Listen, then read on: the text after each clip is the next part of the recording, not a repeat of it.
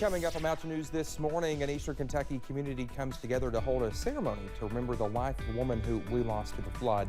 And as our region continues to overcome tragedy, a Letcher County farm works hard so it can once again see green in its fields.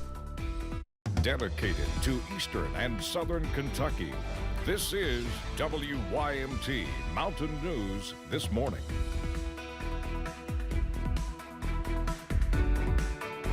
6 o'clock here on your Monday morning. I'm Dakota Makris. Good morning to you. And let's take it over to Brandon for a look at that forecast. And Brandon, it's probably starting out foggy in some areas this morning. Yeah, I believe it's foggy in here too because I've been having trouble getting cameras to work and graphics to work. So hopefully we're squared away at this point as we go deeper into this newscast. People are starting to get up. Hopefully we can get you the most up-to-date information that you need. All right, let's get into it this morning and talk about the forecast as we head over and take a look at Jenkins Mountain, US 119, US 23. Not much traffic over there this morning. But again, people getting up, getting moving as we start off the new work and school week. Valentine's Day Eve. I'll allow that one today, Dakota, if you'd like to use that a little bit later on, so we can handle that one. We're looking at temperatures in the 20s and 30s as you head out the door, but a couple of spots at freezing or above, so a lot of cold air out there this morning. 32 Moorhead, 32 Jackson, 33 in Monticello, and you see everybody else is below that number. Statewide, region-wide, 39 Carbondale, Illinois, 38 Paducah, but again, everybody else pretty close to freezing or just under, except for Bowling Green, Owensboro, and Nashville, also the Tri-Cities. All right, a little extra to max warming needed as you head out the door this morning with coffee. And for your next dozen hours forecast, if you're grabbing a little bite to eat, like a donut to head out the door or even a bagel, you'll see that the sunshine's going to be out and you'll see that the temperatures are going to warm up. That's going to be the beginning of a nice trend for a couple of days before we see some action potentially by late week. Dakota? All right, Brendan, thank you. More than 6 months following the flood, one Breathitt County woman has still not been found. But yesterday, her loved ones gathered to celebrate her birthday. She would have been 61 years old today. Our Alyssa Williams was in Breathitt County for Vanessa Baker's birthday balloon release. The effects of last year's historic flood can still be seen across the lower River Caney area of Breathitt County, but the devastation is even greater for the friends and family of Vanessa Baker. She's a person that you really need to know. She's one of those people that you could talk to, tell your secrets to, go places, have a good time with. Several months following the flood, law enforcement transitioned their rescue efforts into a recovery mission for 60-year-old Baker. But on Sunday, Baker's loved ones wanted to make sure they did something for her 61st birthday. As I told my granddaughter, we're sending her balloons today so that she will have them on her birthday in heaven.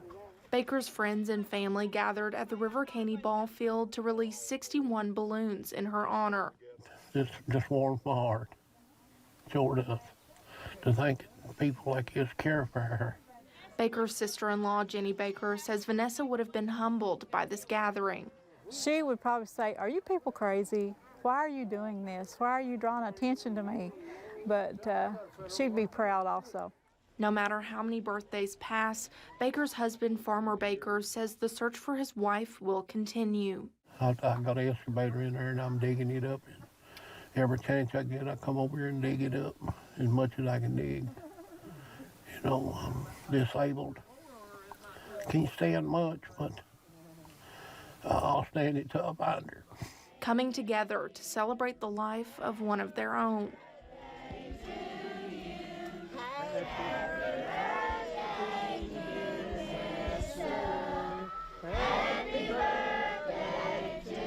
In Breathitt County, Alyssa Williams, WYMT Mountain News. Vanessa's sister-in-law says remains have been found in Tennessee. Now, the family is awaiting the DNA results of those remains to see if they are a match. But until then, her husband says he is still seeking help and searching for her. One Pike County Church is still recovering from the flood, but help has continued to pour in. First Baptist Church of Myra pastor Dave Hammond says groups from across the region and the country have come to help his church.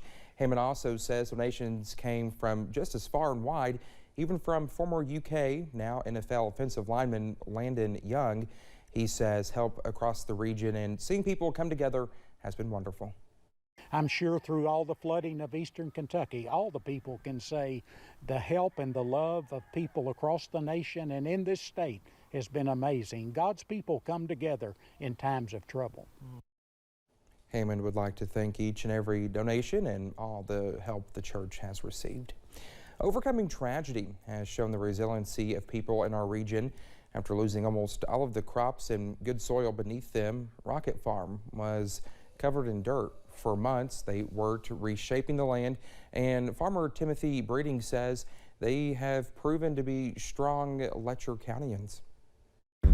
We thrive on trying to be positive through the bad time and the good times. So we hope that all works out and we can bring fresh produce to the vendors and the farmers market.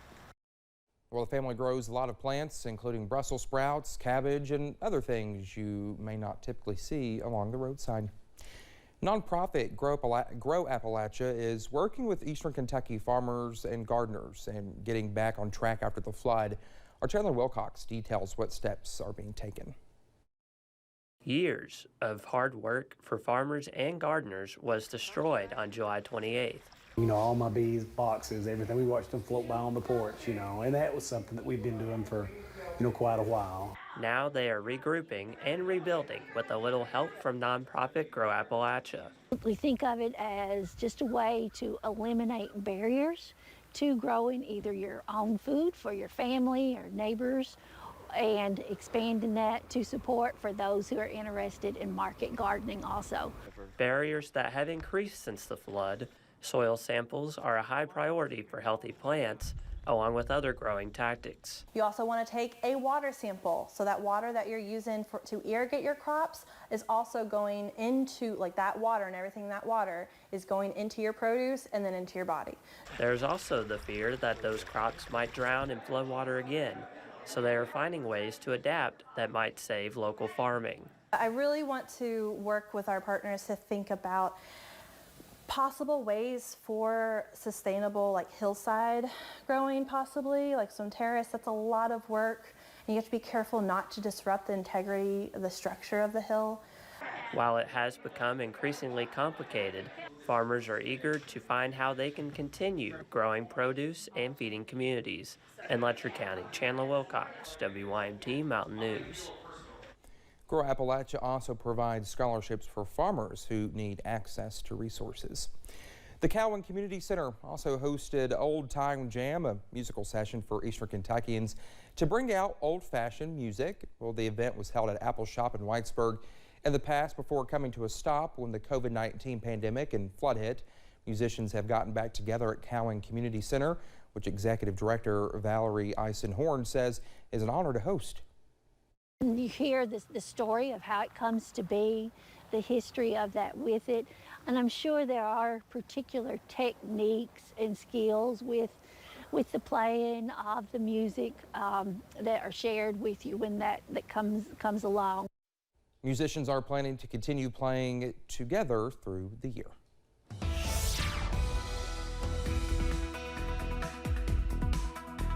.08 here on this Monday morning. We continue to look at traffic across the region, which is fairly light, especially down on I-75 at Corbin, picking up there just a little bit. 25 degrees at the London Corbin Airport, 26 in Manchester, 28 in Pikeville, 22 in Clintwood, one of the coldest spots this morning, 23 just down the road in Jonesville, and everybody below freezing except Fort Monticello and along with Moorhead and Jackson.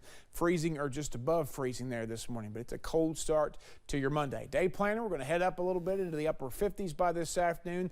Clouds are going to clear out to some sunshine. It's going to be a fairly nice day. Get out there and enjoy it. Dakota? All right, Brendan, thank you so much. When we come back, there's trouble in the skies above the U.S. as even more flying objects are shot down by our military. By the latest when we come back.